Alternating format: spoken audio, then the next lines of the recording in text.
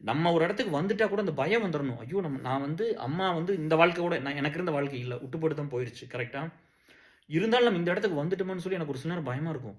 நம்ம இந்த இடத்துக்கு வந்துட்டு நம்ம இன்னும் தன்மையா நடந்துக்கணும், இன்னும் யாராவது கஷ்டப்படுறாங்களான்னு பார்க்கணும், ஹெல்ப் பண்ணணும். ஏன்னா கடவுள் நம்மளுக்கு இந்த வாழ்க்கையை கொடுத்துட்டாரு. இந்த பெரிய இடத்துக்கு போனவங்க அத்தனை பேருக்கு அந்த எண்ணம் இருக்கணும். இந்த மனுஷங்க தான் எல்லாரும் பிறக்கும்போது மனுஷங்களா தானே பிறந்தோம். இங்க பெருசு சிறுசுங்கிறதுலாம் ஒன்றும் கிடையாது. இங்க எல்லாரும் ஃபெயிலியர், அதாவது கல்யாணம் பண்ணிக்காம இருப்பாங்க, காசு இல்லாமல் இருப்பாங்க, சாதாரண வேலை செய்வாங்க. நீங்க அவங்ககிட்ட பேச மாட்டீங்க இப்பெல்லாம். கேட்டால் நீங்கள் டச்சில் இல்லைம்பீங்க. என் லைஃப் எனக்கு பிஸியாக இருக்குதுன்னு. சரி 8 மணி நேரம் தான் வேலை செய்ய சொல்கிறாங்க, உங்களை யாருங்க 14 மணி நேரம் வேலை செய்ய சொன்னா? எதுக்கு பண்ணணும்? உனக்கு ஏன் டைம் இல்லாமல் போச்சு? சரியா?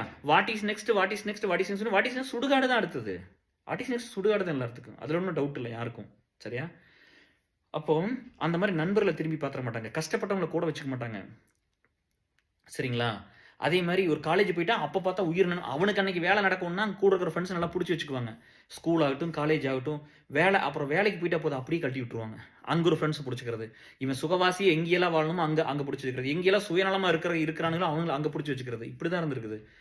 இதையெல்லாம் பார்த்து போட்டு தான் இந்த இல்லாத, இப்போ என் தம்பி பற்றி சொன்ன பார்த்தீங்களா, இப்போ இல்லாத ஒரு பையனுக்கும் இல்லாத பிள்ளைக்கும் அவங்களுக்கான வேலை செய்யணும்.